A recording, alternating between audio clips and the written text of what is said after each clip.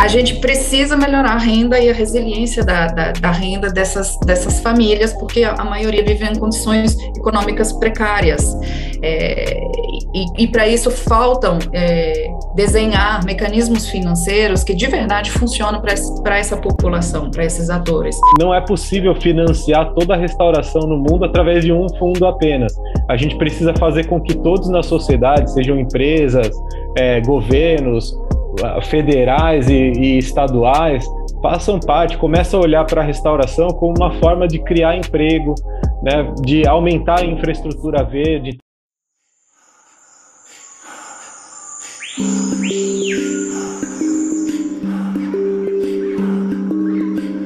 Há múltiplos caminhos para acelerar negócios de impacto positivo da Amazônia. A PPA tem um mapa. Está começando mais um podcast Empreender na Amazônia, da campanha Caminhos para a Amazônia, da PPA.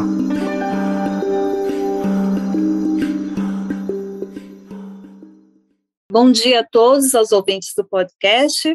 Aqui quem fala, Denise Mello, estou falando da Plataforma de Parceiros pela Amazônia, PPA, que é uma plataforma de ação coletiva liderada pelo setor privado e que busca a construção de soluções inovadoras para o desenvolvimento de uma economia sustentável na Amazônia. Atualmente, a PPA está se dedicando à sua tese de aceleração para buscar e potencializar o ecossistema de negócios de impacto na Amazônia. Esse podcast está dentro do evento da PPA, que é a Campanha de Caminhos para a Amazônia, e atualmente a gente, com esse podcast, estamos dialogando sobre os negócios ligados à regeneração e restauração do ecossistema. E fizemos o convite à ONF e o Programa de Nações Unidas para o Meio Ambiente para que possamos fazer um bate-papo. Hoje nós temos 2 representantes, das iniciativas de restauração e regeneração de ecossistema. Na Amazônia, todos nós sabemos que esses temas têm ganhado bastante força como respostas, ao que acontece ao nível de desmatamento e degradação do nosso ecossistema, e tem diversas iniciativas, tanto a nível de sociedade civil, empresas e governo, com diferentes focos, fomentos, articulação, investimentos, entre outras, Mas ainda todos nós sabemos que há muito para avançar com essa iniciativa para garantir uma Amazônia sustentável. Há poucos negócios de impactos socioambiental na Amazônia que trabalham com essa agenda específica de regeneração e restauração nos negócios florestais, com tamanhos relevantes e ou viés de escala. Por isso, para aprofundar esse assunto, temos aqui como convidado a Estelle, que é CEO e diretora da ONF Brasil, um dos negócios que passaram pelo programa de aceleração da PPA, atualmente denominado como a Mais, e o Matheus, que é oficial de programa do PNUMA, um ponto focal da década das Nações Unidas da restauração de ecossistema do Brasil. Passo a palavra agora, então, para Estelle e Matheus se apresentarem e falarem rapidamente sobre o seu papel que exerce nas suas organizações que aqui estão representando. Estelle, por favor. Bom dia. Então, como a Denise falou, eu sou a diretora da ONF Brasil.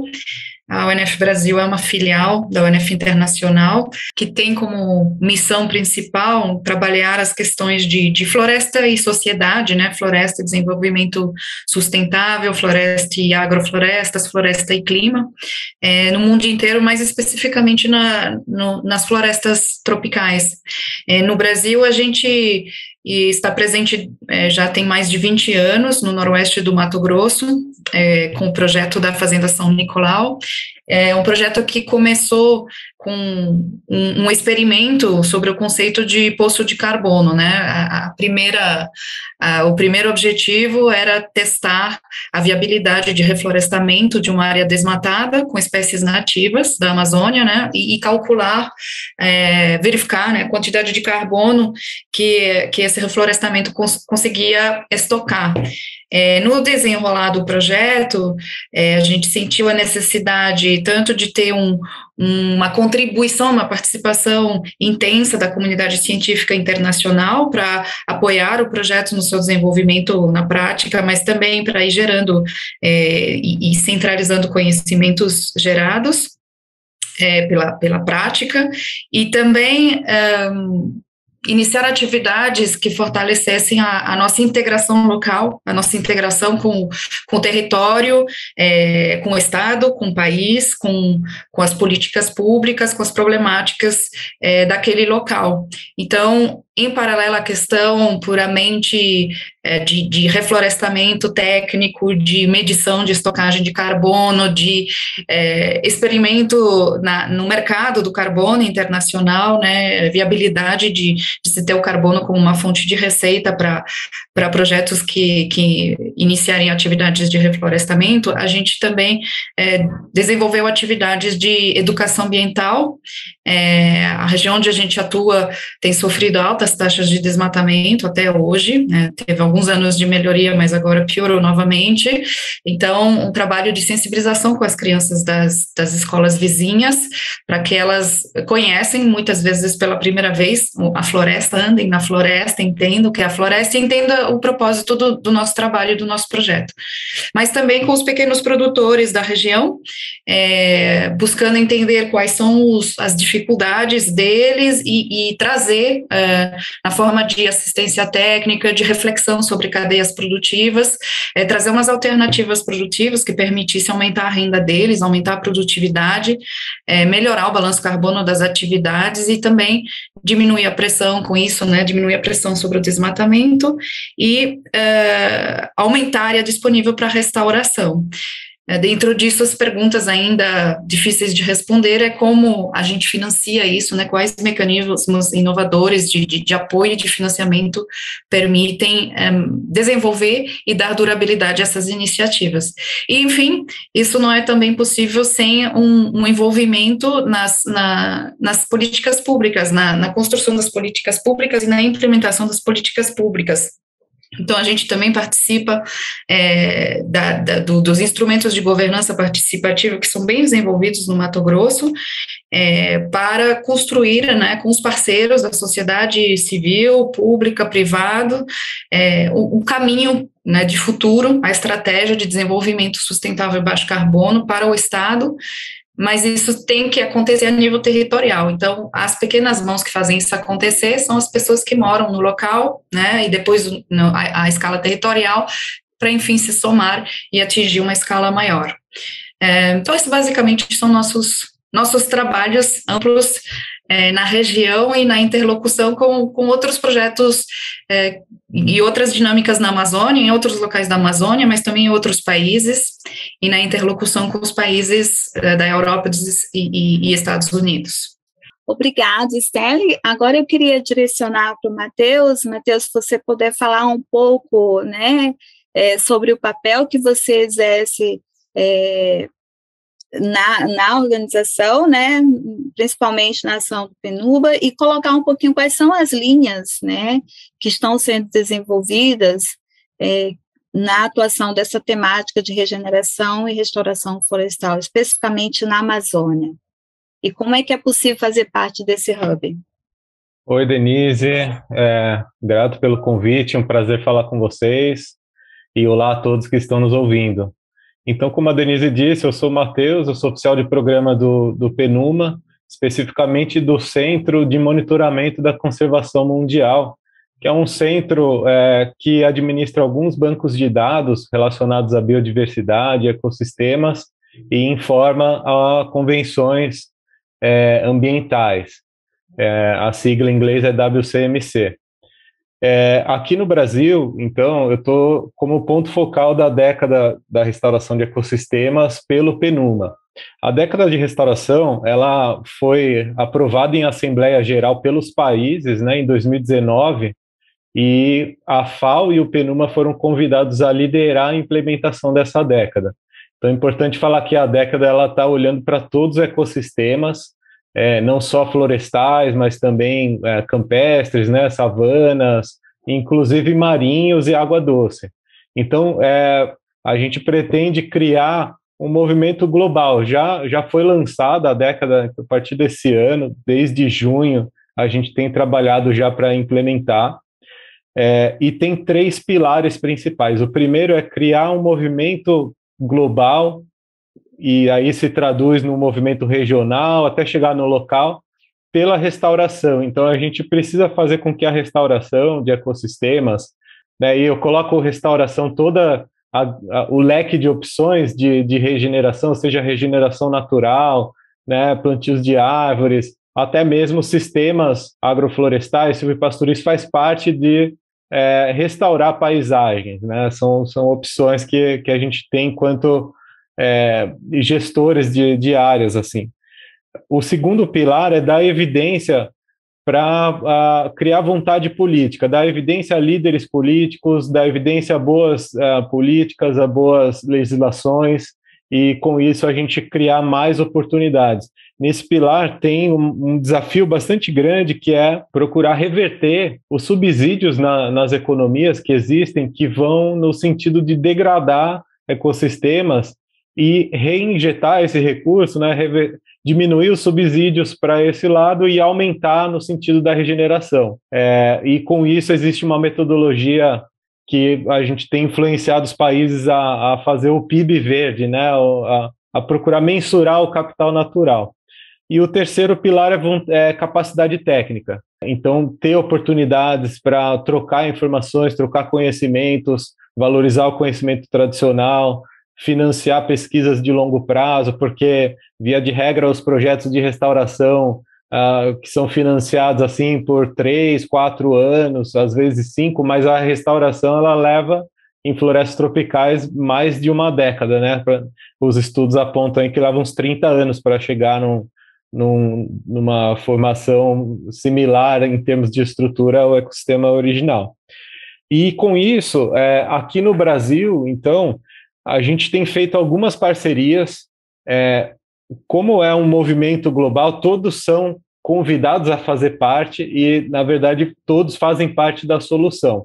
Então, com isso, a gente tem feito algumas parcerias aí estratégicas para fazer esse movimento global chegar no nacional. E uma das parcerias é com a Sociedade Brasileira de Restauração Ecológica, que tem capítulos regionais, né? Especificamente, na Amazônia, tem a Aliança pela Restauração da Amazônia, que é uma união de sociedade civil, pesquisa, empresas. Recentemente teve até uma mostra de filmes ambientais, que é uma organização que faz parte da Aliança pela Restauração da Amazônia, e a gente tem dado evidência a esse movimento. Existem aí, está na programação, né, um fundo especificamente para restauração, que vai ser financiado pelos países doadores da ONU, mas isso ainda não está em operação, a gente está em discussão como vai ser implementado. Agora, uma assim, questão que é bem presente é que não é possível financiar toda a restauração no mundo através de um fundo apenas. A gente precisa fazer com que todos na sociedade, sejam empresas, governos, federais e estaduais, façam parte, começam a olhar para a restauração como uma forma de criar emprego, né, de aumentar a infraestrutura verde. Então, muitas vezes na recuperação econômica aí após o Covid, a primeira questão que se investe é a construção civil, né, e gera muito emprego de fato. Mas a restauração, a gente tem dados de alguns países que fizeram os estudos. Nos Estados Unidos, por exemplo, já é o terceiro setor que mais gera emprego na economia, tá? Inclusive à frente do setor do aço e do ferro. Né? Investir em restauração é muito eficiente em criação de empregos e geração de receita para os países. Nossa, obrigada, Matheus, que interessantes as informações, tanto Estela como você trazem. Eu queria retomar um pouco, Estela, para o que você falou para a gente. Na sua fala deixa muito claro que essa atividade do projeto que vocês desenvolvem, ela não é simplesmente só pensar em restauração e regeneração, não é somente plantio, né? Cuidar da terra, fazer regeneração, mas tem toda uma articulação que tem a relação, que está ligada à questão da educação ambiental, que está ligada às relações com as políticas públicas que se desenvolve, né, essa relação com as comunidades e dar alternativa para a comunidade ver, né, a floresta ou o ecossistema como uma questão econômica, né, estando a floresta em pé, né, para um crescimento sustentável. Nessa perspectiva, eu queria perguntar para você, e eu sei que vocês também têm um outro projeto que se chama Terra Mais, né, que ele também promove esse crescimento sustentável econômico em áreas de fronteiras agrícolas com a preservação florestal. Então, minha pergunta para você é assim, dentro desse desenvolvimento desses projetos, quais são os desafios, os principais desafios que vocês enfrentam? Você já apontou alguns aqui, né? Mas o desafio muito relacionado às relações que vocês têm com o setor privado, quanto às relações com o poder público, né? E envolvendo a comunidade, né? Quais são os desafios e como é que vocês estão mitigando esses desafios? Quais são as lições aprendidas em relação a esse trabalho, a esse movimento? Bom, a nível local, o nosso maior desafio é conseguir uma união, uma mobilização com os moradores, né, com os atores, com os produtores locais, e uma conversa para se construir uma visão de futuro, uma visão de pertencimento àquele território, né, um empoderamento também, né, para o produtor sentir que ele é parte daquele local, daquele território, e ele é parte da construção do futuro daquele local. E embasar essas conversas em um mínimo de troca de informação e de conhecimento. Hoje a gente também vive numa época de fake news, né? Então, conseguir ter uma troca de ideias, né, aberta e construtiva com todos os atores locais, de uma forma que todos consigam participar e se sintam empoderados e atores influentes, né, para aquele futuro daquele território. E a maioria dos pequenos produtores, na nossa região, pelo menos, tem uma dificuldade muito grande de acesso à informação e de acesso à assistência técnica. Então, eles fazem aquilo que eles sabem fazer ou aquilo para que é possível obter um financiamento, um apoio do Estado, enfim. Mas tem muito pouco acesso à informação sobre alternativas possíveis. Tem muito pouco acesso a um apoio sobre a gestão financeira da propriedade ou da vida da família mesmo, para visualizar, né, se as atividades que estão sendo empreendidas têm algum futuro, elas geram algum crescimento, elas têm um mínimo de durabilidade e de resiliência. Então, esse trabalho é um trabalho de formiga, né, um trabalho de ir mobilizando, de ir trabalhando, de ir entendendo quais são as dificuldades das famílias e construindo com elas algumas soluções que elas aceitem testar, implementar, e que façam sentido para elas. Nesse sentido, a Fazenda, com o projeto, ela tem um papel grande, né, quanto mais a gente conseguir abrir as portas e fazer com que as pessoas venham, visitem e participem das nossas atividades, tem o papel de exemplo. Quando eles percebem que a gente fez um sistema agroflorestal de café sem irrigação, que o café sombreado funciona, que ele produz um café de qualidade, é muito mais marcante para eles do que a gente falar da teoria de um sistema agroflorestal. A gente precisa melhorar a renda e a resiliência da renda dessas famílias, porque a maioria vive em condições econômicas precárias, e para isso faltam desenhar mecanismos financeiros que de verdade funcionam para essa população, para esses atores, que de verdade atendem as necessidades deles, as preocupações deles. Mostrar que a floresta em pé tem valor, porque ainda tem essa grande imagem de que a floresta em pé meio que é improdutiva, é o inimigo, a árvore no pasto é um problema, a árvore em si é um problema, vai ter problema com a fiscalização ambiental. Então isso é uma outra questão, é um trabalho de sensibilização importante a ser feito, mas para isso as cadeias, né, elas precisam ter existência, eu iria dizer, legal, porque algumas têm dificuldade a serem viabilizadas de forma legal, e ter compradores que valorizem esse tipo de produtos, esse tipo de ações, né?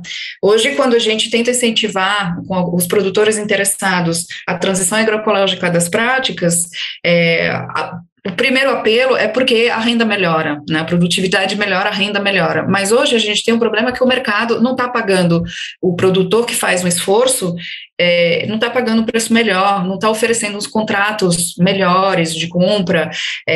Então, o mercado hoje ele está cada vez mais exigente, né? Os países europeus, inclusive, estão cada vez querendo produtos melhores, com certificação, com traçabilidade, com garantia de que os produtos são livres de desmatamento, mas, na realidade, a gente não vê essa diferença no preço, né? Naquela pessoa que vai comprar aquele produto lá naquele lugar da Amazônia, ela pagar um valor diferente. Então, isso ainda é um desafio a ser superado, né? E ainda a aposta é ver se, né, vamos ter empresas parceiras, isso claramente está começando a acontecer. No território, a gente tem um acordo com compradores potenciais que tem a intenção de ter uns contratos, né, melhorados e preços valorizados e valorização da população que trabalha e produz esses produtos da Amazônia, mas isso ainda está engatinhando. Pagamento por serviços ambientais no senso largo, né? Por exemplo, esses produtores a gente vai querer incentivar que eles façam uma restauração nas áreas que são menos produtivas ou que foram mais degradadas do território e que estão liberadas pelo aumento da produtividade no resto da propriedade. Mas vão fazer isso de graça, isso não vai ser reconhecido, não há nenhum formato de remunerar esse tipo de trabalho, direto ou indiretamente, né? Os mecanismos de financiamento eu já falei. E que mais de desafio que a gente vê? A gente tem muitas ideias de produtos, acho que tem muita inovação no bom sentido, né? Produtos da bioeconomia, a floresta amazônica ela é muito rica, está muito pouco valorizada, mas isso ainda é difícil ver acontecer no local, né? Uma grande carência também é da pequena industrialização dos produtos. A maioria dos produtos saem da Amazônia in natura, a preços muito baixos, muito pouco valorizados. Isso gera pouca riqueza local também. Então, se a gente tenta apoiar a criação, né, de micro agroindústrias no local, onde, né, os próprios coletores, ou no caso do extrativista, ou produtores, consigam tocar uma microindústria de primeiro beneficiamento, pelo menos para os produtos. Isso gera mais renda, mais impostos para o local, isso gera empregos de maior qualidade e isso remunera melhor os produtores ou os coletores.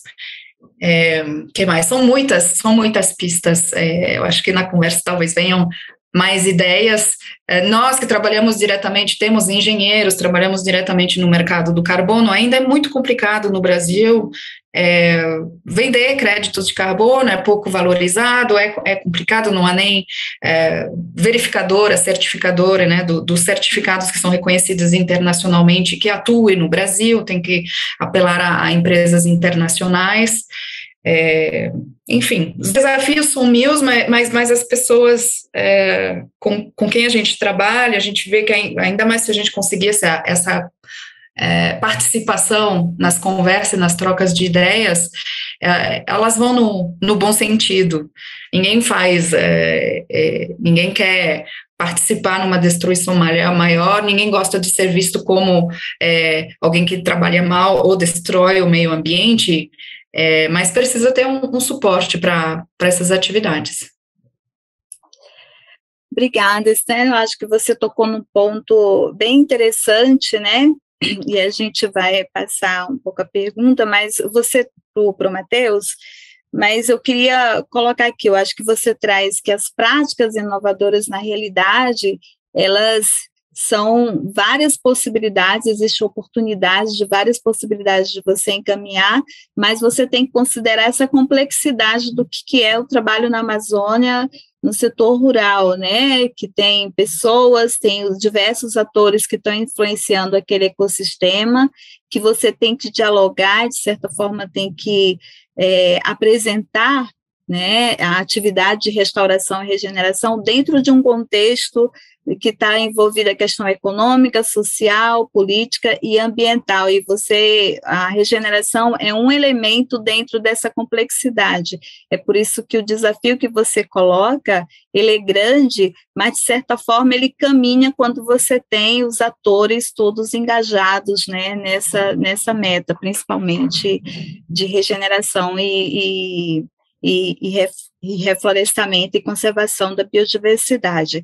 Aí, Matheus, para esses pontos dos desafios, principalmente da mensuração e de venda de carbono, eu queria saber de você, do seu ponto de vista, quais são os principais desafios de mensurar e convencer, né, esse mercado, esse setor privado, de que as ações de conservação e regeneração, elas oferecem mais do que a busca da neutralidade da emissão de carbono, e quais são as diferenças, né, que esses ecossistemas conservados podem gerar em termos de lucro ou redução de custos?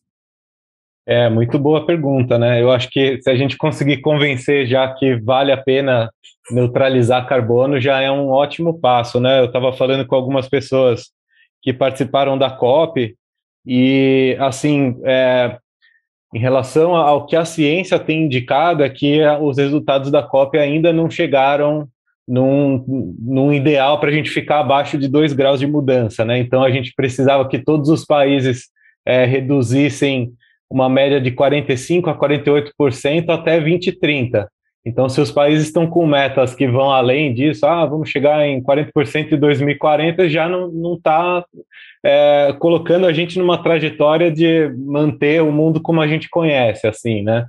Mas a restauração, concordo muito com o que a Estelle mencionou, que a restauração ela precisa gerar receitas, né? Eu tenho observado no estado do Pará, por exemplo, a cultura do cacau.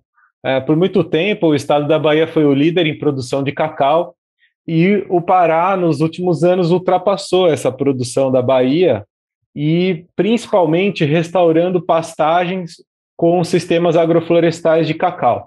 Às vezes é um sistema mais simples, poucas espécies, mas existe um campo muito grande no Pará de crescimento. Se a gente entender os sistemas agroflorestais como uma forma de restaurar a paisagem, onde a gente nem precisa tocar no ponto de carbono, porque os produtores, é tipo uma bola de neve, assim, né? Ele começa a ver... Ninguém quer ser o primeiro a fazer essas maluquices, assim, né? Mas quando começa a ver que dá receita, os estudos aí mostram que 1 hectare de cacau, você consegue ter uma receita 5 vezes maior do que 1 hectare, a média aí de pastagem, né? Então começa a fazer sentido. E aí, trabalhando com o SAF, você começa a trabalhar com os produtores ali, em olhar para a propriedade, restaurar APP, restaurar nascente, ter mais água, né? Ter um olhar mais holístico, assim, né? Para a gestão da propriedade. A gente tem um estudo, aí já voltando para a escala global, que foi encomendado pela Década, com uma colaboração de cientistas do mundo inteiro, de priorização de áreas para restauração. E aí foi encontrado que se a gente restaurar 15% das áreas prioritárias, ou seja, daquelas áreas, os 15% das áreas mais prioritárias, né? A gente consegue oferecer 1/3 da solução climática até 2030. E também reduzir em 60% a extinção de espécies que é esperada até 2050. Existem aí algoritmos que se calcula quanto é esperado de extinção de espécies, mas se a gente restaurar os 15% mais importantes ali de áreas prioritárias para restauração, a gente evita 60% dessa perda de espécies. Então, isso vai muito além apenas do carbono, né? Realmente, a economia agora está nessa race to zero, né? Nessa corrida para neutralizar, mas a gente precisa dar mais evidência para soluções baseadas na natureza, que é usar os ecossistemas como parte da economia, como parte da infraestrutura e reconhecer as contribuições que os ecossistemas fazem, que a natureza faz para a sociedade, né? Então, eu tenho visto que o mercado ele já tem sinalizado uma valorização pelos créditos de carbono. Eu tenho acompanhado algumas negociações e a maioria dos projetos que estão certificados hoje na Amazônia estão vendidos. Está uma falta de crédito certificado para as empresas conseguirem comprar e neutralizar.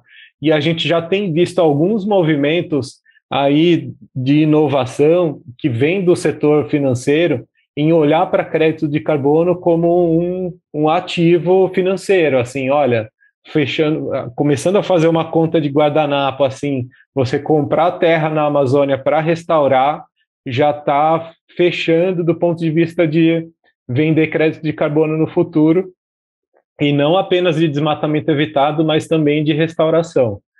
A gente tem visto já umas 3 iniciativas e eu acho que nessa década aí a gente vai começar a ver que essa conta vai fechar.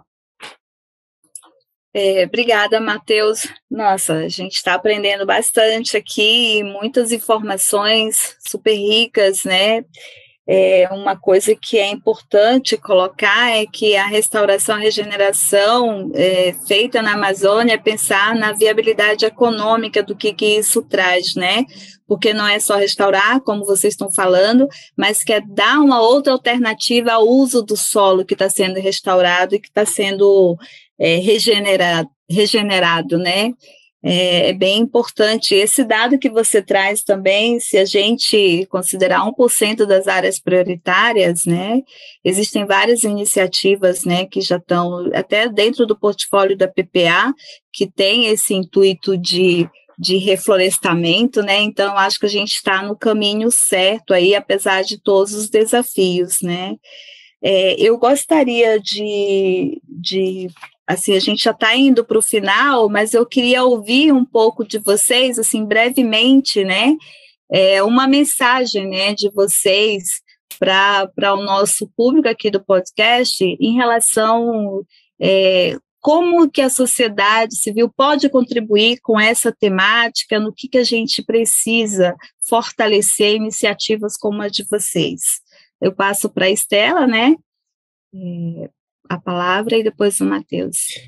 Primeiramente, na continuidade do que a gente já conversou, eu queria ressaltar que existem, né, pessoas, instituições financeiras ou governamentais que têm a vontade de incentivar e apoiar, né, iniciativas que trabalhem nesse sentido de preservação, restauração e melhoria da qualidade de vida das populações tradicionais, e depois existem as populações locais no território, e é muito difícil fazer o link entre as duas, né, é muito difícil que as populações tradicionais consigam mostrar, né, monitorar suas atividades, seu impacto e prestar contas para algum tipo de financiador ou de investidor internacional ou nacional, que seja.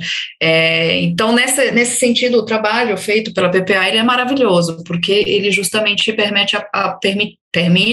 está permitindo aproximar o mundo, vamos dizer, mais financeiro, né, da realidade de campo e de terreno, e ele ajuda a fazer essa conversa acontecer.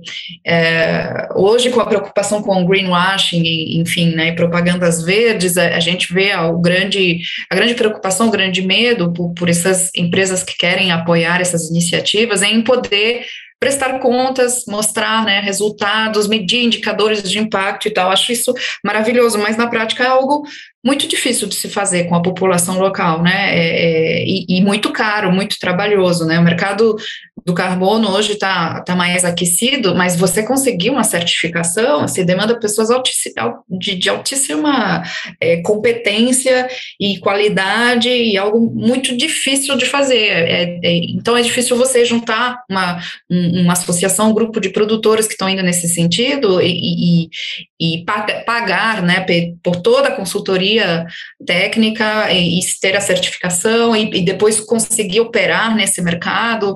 Ainda tem um gap, né, um vazio enorme entre esses diferentes universos. Então, acho que isso é algo a ser trabalhado, mas PPA é o exemplo, né, de uma ação que justamente tem resultado em reduzir esse vácuo, esse espaço entre dois mundos que têm os mesmos objetivos e têm dificuldade a conversar. A meu ver, eu acho que temos que continuar nesse caminho, né?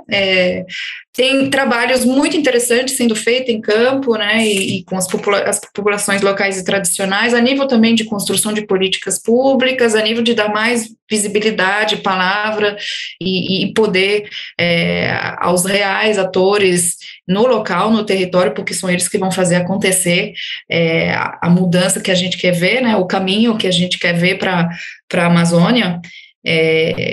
E facilitar essa conversa, facilitar essa troca tem uns que têm os meios, tem os outros que são os que vão, as pequenas mãos que fazem acontecer em campo. Como a gente junta os dois e mostra provas de que o que a gente está fazendo é realmente super legal. Obrigada, Estela. Matheus? Então, eu esqueci até na edição, se puder, a respeito das áreas de priorização, das áreas prioritárias para restauração, se a gente restaurar esses 15%, a gente consegue, né, ter as soluções para o clima e para a biodiversidade. E quando a gente olha para o mapa onde estão essas áreas prioritárias no Brasil, ela está na Amazônia, né? Então, é transformar o arco do desmatamento num arco de reflorestamento. Essa é a missão para a gente conseguir ter um impacto maior possível no clima e na biodiversidade. Eu concordo com a Estelle que, assim, esse movimento ele pode acontecer de várias formas e a gente precisa reconhecer o valor do conhecimento tradicional, né? Um dos projetos que eu acho bem interessantes é o pessoal da Rede de Sementes, que alia o conhecimento tradicional em fenologia de espécies, em coleta de sementes, com a mecanização e práticas ali mecanizadas de restauração, né? Então, eu acho que isso reduz custo, valoriza, cria uma cadeia de valor, né, de coletores. Se a gente for pensar hoje, a gente não tem viveiros o suficiente para a escala do desafio que a gente tem de restaurar, então a gente precisa valorizar onde existe sementes, né? E na Amazônia, muitas vezes, são as terras indígenas que eu vejo, na minha opinião, vão ser os provedores de sementes. Assim, então, acho que é bem estratégico investir nisso. E para as pessoas que querem participar, eu convido a entrar no site da Década da Restauração. Está em inglês, por enquanto, tem algumas páginas em português, nem todos os documentos, mas é Decade on Restoration, né? Depois acho que pode colocar aí nas mensagens, e ali você consegue ver as ações, o que está acontecendo no mundo, convida quem faz parte de uma organização que faz restauração para entrar em contato, para a gente fazer um cadastro, está interessado em se tornar parceiro da década, vamos fazer, existe uma estrutura de parcerias com a década, né? Então, desde organizações com impacto global, que trabalham em muitos países, até organizações que trabalham ali no seu município, e todos eles podem fazer parte desse movimento, e a gente tem usado a hashtag Geração Restauração, né? Porque a gente precisa trabalhar, inclusive com a juventude de hoje, para colher os frutos no futuro, assim, né? Então, é também um trabalho geracional. Denise, grato, e equipe da PPA, muito grato aí pelo convite, pela oportunidade de estar falando. Imagina, Matheus, a gente que agradece tanto de informação que nós tivemos em torno dessa temática de regeneração e restauração florestal na Amazônia, as iniciativas, os apontamentos que vocês colocaram aqui sobre esse direcionamento, né, as áreas prioritárias, o direcionamento da importância de fazer regeneração e restauração da Amazônia não é uma coisa ideológica, mas é sim, principalmente uma temática importante, econômica, socioeconômica para a região e para o país, né, não, por que não dizer a nível global, né, essa questão ambiental, econômica e social.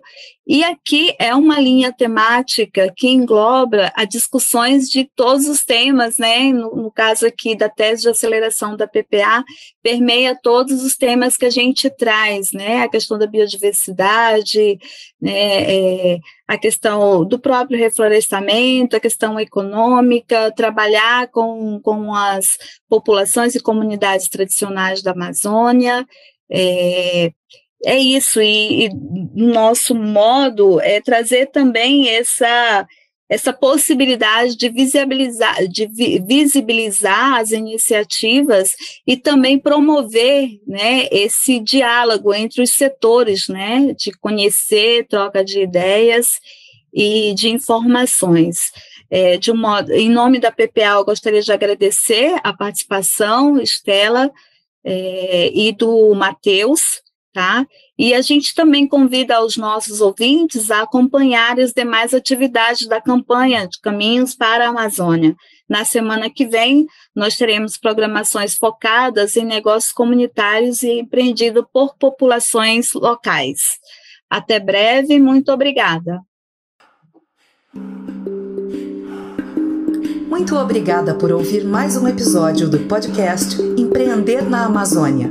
Não perca o próximo episódio da série. Para mais informações sobre a programação e a campanha Caminhos para a Amazônia, acesse ppa.org.br/Caminhos Amazônia e acompanhe os canais digitais da plataforma Parceiros pela Amazônia.